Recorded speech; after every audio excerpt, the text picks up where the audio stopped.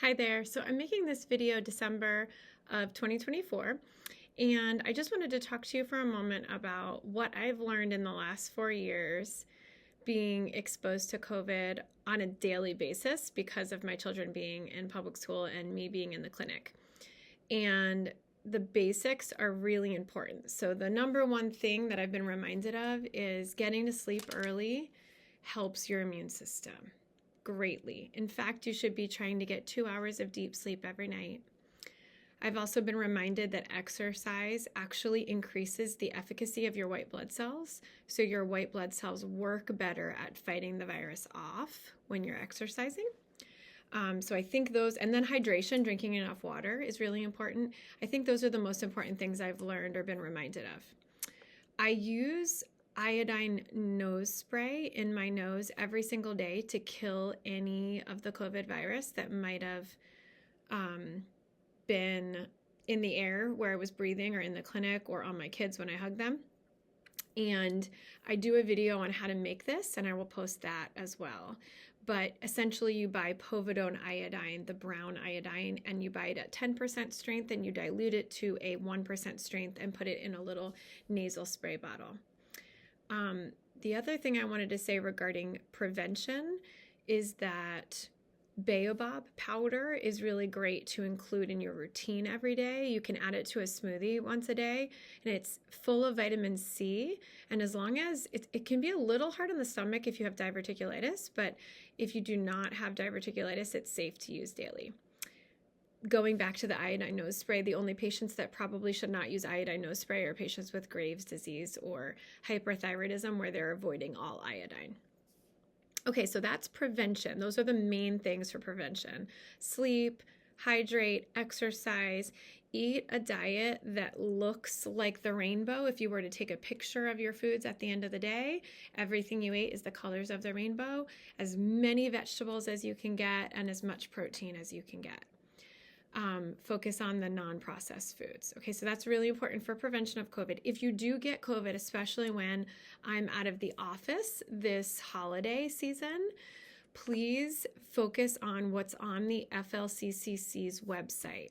So if you go to flccc.net, they've actually re-registered the website, so it changes to covid19criticalcare.com.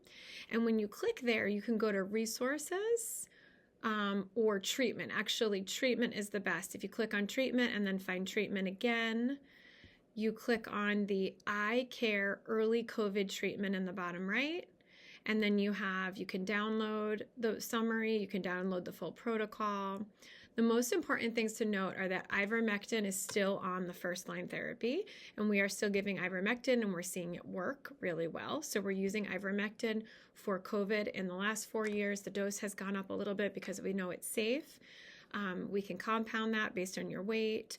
If you have long COVID or if you've had difficulty the last time you have COVID, let me know before I leave on vacation because we can give you a prescription for that just in case.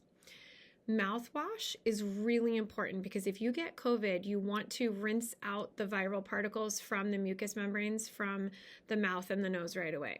So use the mouthwash, gargle, do not swallow it, spit.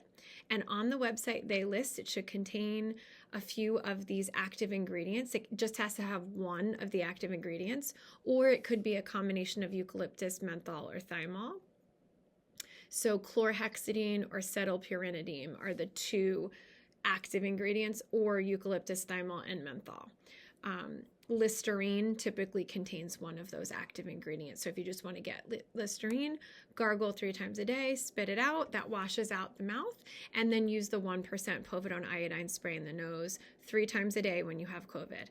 Again, if we can get the viral load down, then you're able to recover more quickly. Really important is zinc and vitamin D. Every single patient should be taking at least 50 milligrams of zinc when they have COVID. You need to take it with food, so you got to get yourself to eat some soup or a smoothie or something. And then vitamin D, at least 10,000 IUs of vitamin D daily with food. Having said that, if you're already on vitamin D and zinc because you know your levels are low, and I've talked to you about that, then you might need to just double the vitamin D and zinc for 3 days and then lower the dose back to the typical dose you were already taking. So you can safely double the vitamin D and zinc for 3 days when you have COVID. So remember that the doses on this website are for people who are not deficient in zinc or vitamin D. I also recommend aspirin for all patients if you have a headache. Aspirin 325 milligrams one time with food is the best way to deal with a headache during COVID. Please avoid Tylenol when you have COVID because that depletes your glutathione. If you are someone that I've talked to about glutathione, you could also take glutathione when you're sick and increase it to 3 times a day when you're sick.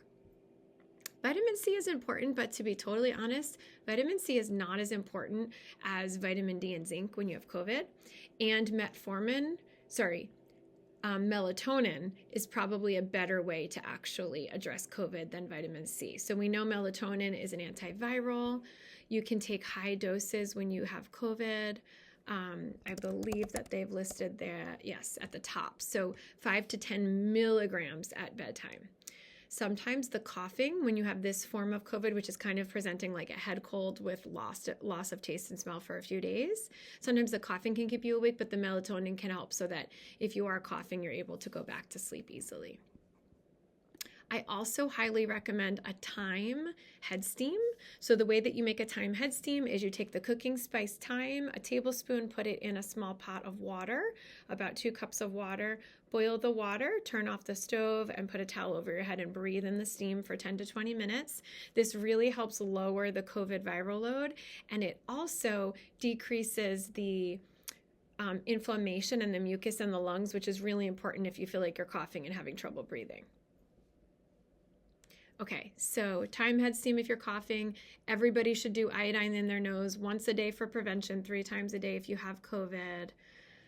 Ivermectin, especially if you've previously had long COVID or complications or you had a really hard case of COVID.